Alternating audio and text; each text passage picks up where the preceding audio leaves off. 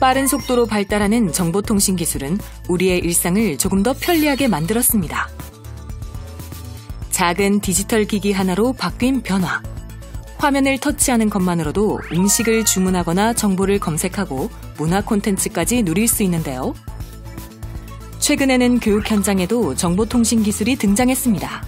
어릴 때부터 자연스럽게 디지털 기기를 접하며 디지털 원주민이라는 신조어도 생겼는데요. 저는 초등학교 4학년 정도부터 썼던 것 같아요. 저는 그 유치원 7살 때부터 사용을 했었어요. 초등학교 2학년 때 사용을 했던 것 같아요. 우리나라 중고등학생 95.5%가 스마트폰을 사용하고 있습니다. 하지만 청소년 약 3명 중 1명은 스마트폰 과의존 위험군인데요. 디지털 기기의 사용이 쉬운 만큼 문제점도 생긴 겁니다. 정보통신 환경은 어떻게 사용하느냐에 따라 지금까지 없었던 방식으로 청소년들을 위협하기도 하는데요. 때로는 정보통신 관련 범죄나 유해 콘텐츠 등 여러 윤리적 문제도 일어납니다.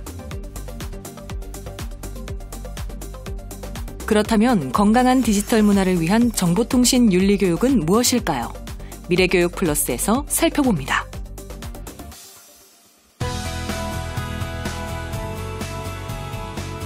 안녕하십니까. EBS 미래교육 플러스 신종호입니다. 어른 아이 가릴 것 없이 스마트폰이 일상인 시대. 스마트폰은 휴대폰 그 이상의 의미를 지니고 있죠. 특히 코로나19로 온라인 원격 수업이 이루어지면서 우리 아이들의 디지털 기기 사용량이 크게 늘어났다고 하는데요. 일정 시간에 제한을 두고 적절하게 잘 사용하면 좋은 도구가 될 수 있지만 지나친 의존은 여러 문제점을 일으킬 수 있습니다. 과연 어떤 문제가 있을 수 있고 아동 청소년의 디지털 과의존을 예방하기 위한 방안은 무엇인지 논의해보는 자리를 마련했습니다. 오늘 함께해 주실 분들을 소개합니다. 미디어 중독을 예방하려면 미디어와 거리를 잘 둬야 돼요.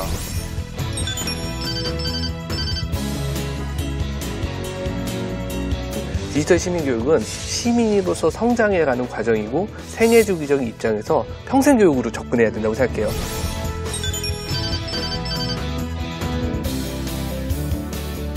바르게 사용하라고 자꾸 이야기를 하는 것보다 어른들이 바르게 사용하는 모습을 먼저 보여주는 것이 필요하지 않을까 싶습니다.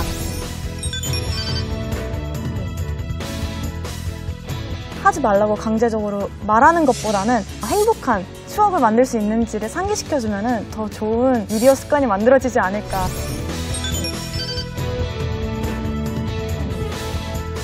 아이랑 이걸 좀 대체할 수 있는 다른 흥미로운 거를 엄마가 직접 해주는 수밖에 없는 것 같아요. 같이.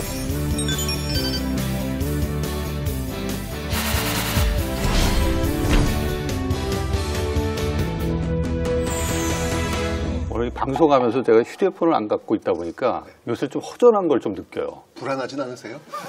불안까지는 아닌데 허전함은 좀 있는 것 같습니다. 네. 요새 코로나19로 인해서 스마트폰이나 컴퓨터로 일들을 많이 하다 보니까 의존도가 좀 늘어나고 있는 것 같은데 그렇죠. 어떻게 최채선 선생님 어떠세요? 저는 그냥 이게 제 삶이에요. 제 일정이나 제 정보나 모든 게 이게 나오기 때문에 그렇죠. 저는 사실은 24시간 잠잘 때 외에는 사용한다라고 해도 과언이 아닐 것 같아요. 그렇죠. 네.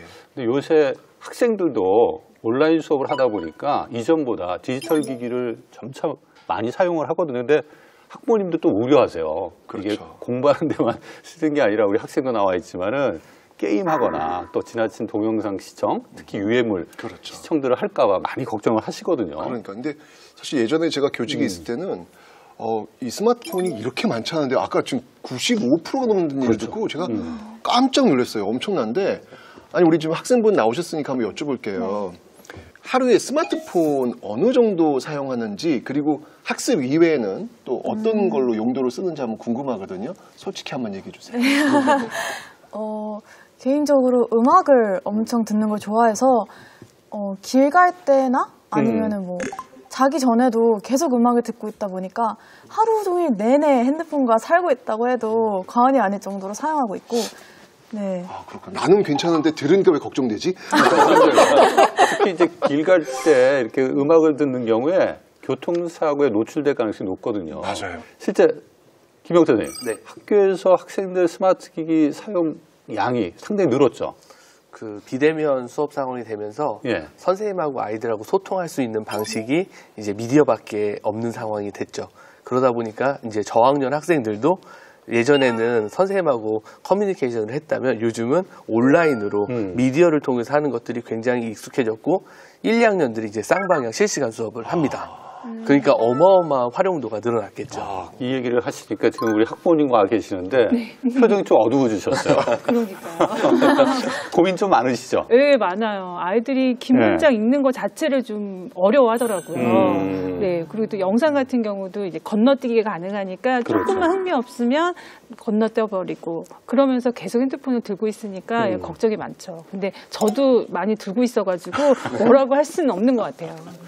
근데 사실 이게 학생들이 이렇게 공부를 하면서 이게 사실 학습만 하는 게 아니잖아요. 이렇게 하다 보면 자꾸 영상을 이렇게 막 보게 된단 말이죠. 이렇게 네. 오게 되는데 이렇게 좀 많이 보게 되는 어떤 그런 케이스들이 점점 많아질 것 같아요. 보니까요. 환경 자체가. 네. 그러니까 선생님들이 학생들에게 과제를 주거나 쌍방향 수업을 하거나 주로 쓰는 게 그 동영상 콘텐츠거든요. 맞아요. 근데 그러면 동영상 콘텐츠를 제작할 수도 있지만 기존에 만들어진 것들을 선생님들에게 학생들에게 안내하는 경우가 많은데 그 사용하는 플랫폼이 옆에 추천 시스템이 굉장히 잘 돼 있어요.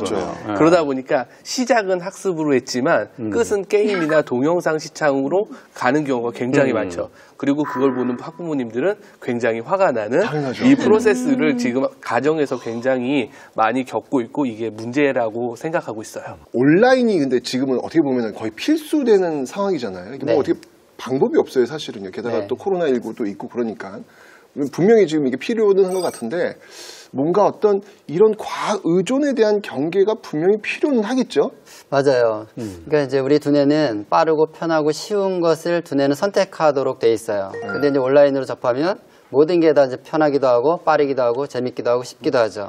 근데 이제 문제는 뭐냐면 요즘 이제 두뇌의 신경 가소성에 대한 이야기들을 많이 하는데 두뇌의 발달이라는 것은 몸의 근육과 같다는 거예요. 다만 근육의 모양이 시냅스라는 전기 신호로 돼 있을 뿐인 거죠. 그래서 만약에 우리가 푸시업만 하루 종일 매일 하고 있으면 팔 근육만 생기죠. 그렇죠. 우리가 쉽고 빠르고 편한 것만 계속 접하다 보면 우리 두뇌 안에는 빠르고 쉽고 편한 거에만 반응하는 근육 같은 시냅스가 계속 만들어져서 두뇌가 빠르고 편하고 쉬운 것은 반응하는데 조금 더 어렵거나 낯설거나 익숙하지 않은 것에 과제를 주면 두뇌 근육이 없기 때문에 전혀 해결을 못하는 거예요. 그래서 아까 우리 어머니 잠깐 말씀하셨지만 긴 문장을 못 읽는다. 오해 너는 왜 사람인데 긴 문장을 못 읽니? 이렇게 말하는 게 아니라 우리 아이 두뇌 안에 긴 문장을 읽어낼 수 있는 근육, 시냅스가 만들어지지 않고 있구나. 근데 그것은 밥을 먹고 잠잘 자면 만들어지는 것이 아니라 실제로 그걸 선택하고 경험해야만 만들어지는 거예요.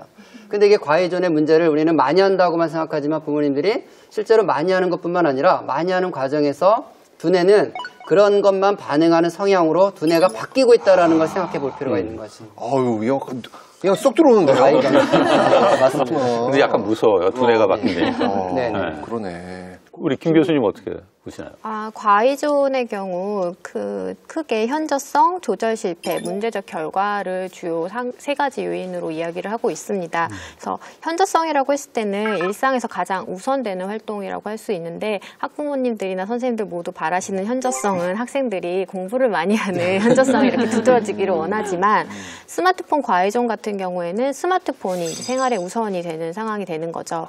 그래서 학생들한테 우선되는 활동인 학습, 그 다음에 휴식이라던가 아니면은 대면 활동이라 했을 때는 친구와의 활동이라든가 가족과의 대화 같은 것들이 저해되면서 굉장히 아까 뇌 활동도 이야기를 하셨는데 궁극적으로는 삶의 질까지 낮출 수 있는 영향을 줄 수가 있습니다. 그렇군요, 선생님. 일단은 이 온라인을 통한 이 문화생활이 가성비가 좋죠. 매우 저렴한 가격에 최고의 컨텐츠들을 누릴 수 있게 되니까. 맞아요. 특히 학생들의 경우 용돈에 의존해서 살잖아요. 그러고 보니까 저렴한 가격에도 뭔가 재미있는 걸 원하는데 그걸 충족시켜주는 게 이 디지털 문화활동이라는 거죠. 근데 문제는 어른들의 경우에는 다양한 문화 중에서 이 디지털이 들어왔기 때문에 하나의 여가활동에 해당하지만 학생들은 이거를 통해서 여가를 즐기는 거예요. 그러니까 이 창을 통해서만 즐거운 세상이 펼쳐지는 거죠. 그러다 보니까 이제 엄마 아빠랑 나가서 놀자. 이거는 옛날 말. 그것만으로도 너무 즐거운데 굳이 나가서 놀 필요가 있겠냐라고 학생들이 생각하는 것 같아요. 네. 진짜 재미는 있더라고요. 하루 종일 보겠더라고요, 보니까. 하루 종일 저도 보면서 맞아요, 네. 이거 심각한데? 라는 생각이 얼핏 들기는 해요. 네. 아이들이 얼마나. 또 하나 문제는 뭐냐면 우리 뇌에서 느끼는 그 재미라는 것이 그 시각이나 청각적인 자극을 통해서 오는 재미도 있지만 사실은 손과 입과 발을 움직이면서 오는 재미가 있는데 사실 우리 두뇌 연결을 보면 그 감각이나 운동 영역, 두뇌 안에 있는 영역들이 30%는 양손 쪽으로 연결돼 있고 25%는 입과 혀로 연결돼 있고 15%는 양 발로 연결돼 있다 그래요. 그러니까 실제 두뇌 연결은 손과 입과 발에 70% 연결점이 있는 거야. 그러니까 손과 입과 발을 움직이면서 놀이를 할 때는 뇌의 70%가 깨어나고 활동을 하는 거죠. 근데 TV, 컴퓨터, 스마트폰 이렇게 보고 있을 때는 그 손도 움직이지 않죠. 입도 움직이지 않죠. 발도 움직이지 않은데 재미는 있어요. 그렇지만 두뇌는 대부분 잠겨 있거나 꺼져 있는 상태가 되는 거죠. 마치 아이들이 인형이랑 장난감 갖고 놀면서 뭐 동생이랑 놀면서 뭐 이야기하면서 왔다 갔다 하면서 움직일 때는 두뇌 70%가 늘 살아있는 상태고 그래서 저는 뭐라고 말하냐면 부모님들에게 스마트폰 주는 것은 마치 입에다 청테이프 이렇게 붙이고 손 묶어놓고 발 묶어놓고 아이 키우는 거랑 똑같다. 두뇌에서는 무섭다. 두뇌에서는 똑같은 일이 벌어진다. 그래서 아이들이 지금 이 코로나 때문에 밖에도 못 나가고 유치원 어린이집도 못 가고 이러면서 좀 자라는 아이들에게 사실 굉장히 우리가 부모님들이 위기의식을 가지고 집에서 더 많이 놀아주려고 해야 되는 두뇌 발달을 생각한다면 그럴 필요가 있는 것 같아요. 그러네요. 학생 입장에서는 어떤 문제점이 좀 있을까요? 저 같은 경우에는 핸드폰으로 인한 그런 즐거움을 많이 얻다 보니까 오래 노력하고 얻어지는 성취를 참지 못하는 편이어서 예를 들면 뭐 오래 공부해서 좋은 성적을 얻거나 아니면은 뭐 오래 노력해서 막 예쁜 작품을 만들다거나 이런 걸 잘 참지를 못하더라고요. 포기가 좀 빠른 편이게 된 것 같아요. 네. 사실 학생들이 자신이 스마트 기기에 너무 의존돼 있다는 건 다 알 거예요. 그 문제점 알면서도 어쩔 수 없이 끌려가지고 사용하게 되는 상황이 발생하는 건데 우리 학생들이 스스로 느낄 문제점이 무엇인지 한번 들어보면 좋을 것 같다는 생각이 들어서 저희가 취재를 했습니다. 같이 이야기를 들으면서 이야기를 나누시죠. 디지털 기기는 청소년들에게는 없어서는 안 될 필수품으로 자리 잡았습니다. 하지만 정보통신의 발전 속에 숨어있는 위험 때문에 우려의 시선도 많은데요. 청소년들은 정보통신 환경에서 벌어지는 문제에 대해 얼마나 알고 있을까요? 평소 디지털 기기를 자주 쓴다는 학생들에게 직접 물었습니다. 노트북이랑 휴대폰을 많이 사용을 하고 있고요. 온라인 클래스 들을 때나 학교 화상 수업할 때 많이 쓰는 편이고요. 노트북이랑 태블릿과 핸드폰을 주로 사용하는데요. 실제로 학생들은 2억 개 이상의 기기를 사용했는데요. 수업 시간에도 필기를 실제로 많이 하고요. 학교 시험 전에 그 지구과학을 필기했던 내용이고요. 수업 시간에 필기를 하거나 그림 그리기, 간단한 동아리 모임도 온라인으로 즐긴다는데요. 그렇다면 평소 학생들이 느끼는 자신의 디지털 기기 의존도는 얼마나 될까요? 코로나 상황 되고서 뭔가 집콕을 좀 더 많이 하게 되니까 휴대폰에 있는 그러니까 스트리밍이나 그런 거를 더 많이 보는 것 같고요. 알람을 끄면서 핸드폰을 켜게 돼요. 그러면 잠이 딱 날아가는데 그 순간 멈추지를 못하고 한 1시간, 2시간을 침대에서 계속 핸드폰을 하거나 뭐 웹툰을 보거나 그러기 때문에 그런 측면에서 본다면 저 역시도 엄마도 그렇고 동생도 그렇고 다 중독인 것 같아요. 학원이 끝나고 주차장으로 가는 길에 핸드폰을 하다가 맞은편에 차가 오는지 모르고 큰일 날 뻔해가지고 친구가 저를 잡고 밀었던 적이 있었거든요. 디지털 기기 의존은 종종 과도한 몰입으로 이어지는데요. 스마트폰을 보느라 주변을 살피지 못하는 스몬비 사고도 벌어집니다. 어이구, 그냥 있었어. 내 모습이야. 오, 저 넘어져가지고 다칠 수도 있겠는데요. 저런 일이 진짜 비일비재하지. 우리나라에서도 보행 중 스마트폰을 사용하는 사람들이 많은데요. 보행 중 사고를 막기 위해 스마트폰 이용자의 시야에 맞춘 바닥 신호등도 생겼습니다. 그런데 학생들이 체감하는 또 다른 문제도 있었는데요. 실제로 해킹을 당한 적도 있다고 합니다. SNS를 사용했을 때 제 프로필에 들어왔던 사람들 중에 가장 많이 제 프로필에 들어왔던 사람들을 이렇게 순위 매겨주는 그런 사이트가 있었어요. 뭣도 모르고 신기해서 들어갔다가 제가 거기에 적은 아이디와 비밀번호로 제 프로필 해킹이 당해서 거기에 뭐 이상한 글들이나 어떤 뭐 이름 모를 것들을 홍보하는 그런 글들이 저도 모르게 올라왔던 적이 있어요. 한순간의 호기심으로 접속한 사이트에서 SNS 비밀번호 등 개인정보가 순식간에 빠져나간 건데요. 위험성을 알고 나니 그제야 무심코 올리던 SNS 게시물에 많은 개인정보가 담긴다는 사실을 깨달았습니다. 저것도 교육시켜야 돼요. 진짜 너무 중요해가지고. 휴대폰에 위치 동의를 키면은 그러니까 구글 앱에서 허용을 하게 되면은 제가 어디를 갔는지 다 타임라인 뜨고 시간이 다 뜨고요. 그 날짜도 뜨고. 근데 제가 1학년 때 수학여행을 제주도로 갔었는데 그때 무심코 항공권을 친구들끼리 이렇게 모아서 찍은 적이 있었거든요. 그래서 항공권에 있는 바코드나 QR코드 등을 무심코 올리게 되면 거기에 제 좌석과 아니면 제 인적사항, 뭐 이름이나 이메일 같은 게 다 뜬다고. 가끔은 개인적으로 나눈 SNS 대화가 개인정보 노출의 원인이 되기도 하는데요. 2021년 1월에 중단한 인공지능 채팅 로봇 사이트입니다. 사람의 대화를 학습해 채팅하는 서비스였는데요. 여러 문제 중 학습한 데이터에 있던 개인정보를 노출했다는 논란도 일었습니다. 정보통신의 윤리 문제를 돌아보는 사건이 되었죠. 이 밖에도 학생들은 정보통신 환경에서 다양한 윤리적 문제를 경험한 적이 있다고 답했습니다. 인터넷 기사를 들어가면은 광고들이 옆에 세로 가로 해가지고 엄청 많이 뜨는데 선정적인 광고들도 있고 약간 좀 유해한 광고들이 엄청 많이 뜨는 것 같아요. 빗소리, 노랫소리 이런 걸 듣다가 갑자기 상황극 이런 걸로 계속 뜨다 보니까 이게 연결해서 이렇게 타고 들어가게 된 거예요. 그러다 보니까 그 썸네일이 좀 자극적이게 막 이상한 19금 막 그런 식으로 넘어가는 것도 본 적이 있고. 디지털 기기는 다양한 정보를 쉽게 접할 수 있다는 게 장점이죠. 그러나 때로는 지나치게 자극적인 유해 콘텐츠를 접하는 경로가 되는데요. 학생들은 저마다의 방법으로 대처하기 시작했습니다. 우선은 무시해요. 그냥 다른 걸 많이 보면은 자연스럽게 원래 제 맞춤 동영상이 추천이 되는 거잖아요. 바로 그냥 신고 버튼을 누르거나 창을 닫거나 게시물 추천을 안 하면 이렇게 다 그냥 삭제를 해버려요. 코로나19로 디지털 기기 사용이 더욱 늘어나고 있는 상황. 정보통신 시대의 변화에 맞는 올바른 가치관과 대처할 힘을 기를 교육이 필요한데요. 그렇다면 학생들이 바라는 정보통신 윤리 교육은 무엇일까요? 근데 사실 범죄가 나쁘다는 거는 정말 모두가 알고 있는 사실이고 갓난아기도 알고 있는 사실이기 때문에 그거를 계속 언급해봐야 좋을 건 없다고 생각을 하고 어떻게 대처해야 하는지 그리고 애초에 그런 것들이 일어나지 않기 위해 어떤 걸 예방해야 하는지 등을 알려주면은 조금 더 유익한 수업이 되지 않을까라고 생각을 해요. 한 사건에 더 경각심을 일깨워주면서 이 사건이 이렇게 터진 거에는 그에 맞는 윤리가 필요하기 때문에 이런 거다 이런 식으로 좀 알려주셨으면 좋겠습니다. 강압적이지 않고 모두에게 필요하고 공감할 수 있는 정보통신 윤리교육 만들어요.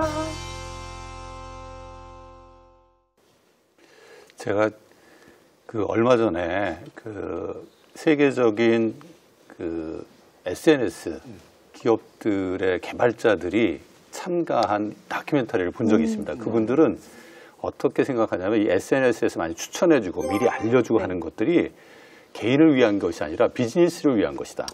그런 알고리즘이라고 하는 게 개인을 성장시켜주기 위한 알고리즘이 아니라 계속 관심을 끌어서 그 사이트에 일종의 비즈니스의 성장 동력을 만들어내기 위한 수단이기 때문에 본인들은 미리 알림 다 꺼놓고 추천 다 꺼놓는다는 거예요. 그래서 이 문제에 대해서 저희가 사회적으로 좀 심각하게 생각해야 되지 않을까 좀 생각을 해봤습니다. 교수님 어떻게 보셨어요? 지금 말씀해 주신 것처럼 1인 미디어 같은 경우나 아니면 소셜미디어 모두 기업이잖아요. 그렇기 때문에 광고라던가 여러 가지 수익을 높이기 위한 여러 가지 툴을 사용하는 것 중에 하나가 이제 계속 알고리즘을 돌아가게 만드는 것이기 때문에 아까 학생도 말씀 잘 해주셨지만 어떤 목적을 가지고 들어가서 이렇게 멈추는 습관이 필요할 것 같아요. 그렇지 않고 그냥 계속 노출되다 보면은 거기서 빠져나오지 못하고 계속 그 컨텐츠 안에 갇혀 있는 상황이 될 수 있는 거죠. 그거를 자제할 수 있으면 대단한 건데. 맞아요. 이게 점점 우리 아이들이 스마트 기기에 의존하도록 만드는 환경이 만들어지고 있다는 게 참 안타까운데 아까 학생도 스마트 기기 의존도를 60%라고 했죠. 네. 다른 친구들은 80, 85 이렇게 얘기했는데 그 문제점에 대해서 어떻게 생각해요? 실제로 좀 심각한 것 같아요. 학교 가도 친구들이 핸드폰으로 본 영상들이나 특히 드라마 같은 거에 대해서 많이 얘기를 나누거든요. 거기에 뒤처지지 않으려고 게임하는 친구도 있고 그렇구나. 드라마를 보는 친구들도 있고 그만큼 굉장히 그런 위험들에 많이 노출되어 있는 것 같아요. 학부모로서 저도 막 걱정인데 학부모 대표 나오셨으니까. 네. 네. 네, 저도 너무 걱정이 많죠. 예, 아이들이 핸드폰만 너무 들여다보고 있으니까. 예. 대화 많이 못하죠. 대화를 할 수가 없는 것 같아요. 다들 네. 이제 각자 방에 있다거나 각자의 공간에 있으니까 거기서 뭐 카톡으로 엄마한테 얘기를 한다거나 저는 때 되면 또 밥을 또 차려줘야 되니까 제가 어쩔 때 보면 PC방 알바 같은 거예요. 때 되면 밥 줘야 되고 아이 또 컴퓨터 앞에다가 이제 간식 갖다 줘야 되고 막 이러니까요. 예, 그런 것들이 좀 많이 힘든 것 같아요. 네, 교수님 요즘 그 스마트폰을 이렇게 보면서 가는 사람들이 아니 나네. 죄송합니다. 이거 하면 안 되는데 그런 모습들을 뭐 스마트폰 더하기 좀비에서 뭐 스몬비라는 그런 용어가 있더라고요. 이게 어느 정도예요? 굉장히 심각한데요. 일단 아까 영상에서도 잠깐 보셨지만 횡단보도에서 스마트폰을 계속 보느라고 사고에 노출이 된다던가 아니면 보행 중에 이렇게 주의를 기울여야 하는 상황임에도 불구하고 스마트폰에 빠져서 헤어나지 못하는 상황인데요. 교통관리안전공단 그 자료에 따르면 95.7%가 그 스몬비를 이미 경험을 하고 있다고 제시를 하고 90%가 넘었어요? 네. 제가 저기 뭐냐 특별한 건 아니긴 일반적인. 네. 이게 놀라운 게 아니라 이럴 수가 할 정도의 좀 약간은 걱정이 되는 상황이 되는데 스몬비라는 용어까지 생길 정도로 이제 일상화되어 있다라는 생각이 드는데 이러한 그 디지털 기기 의존이 성인들한테도 위험하지만 우리 아이들에게 더 위험할 것 같거든요.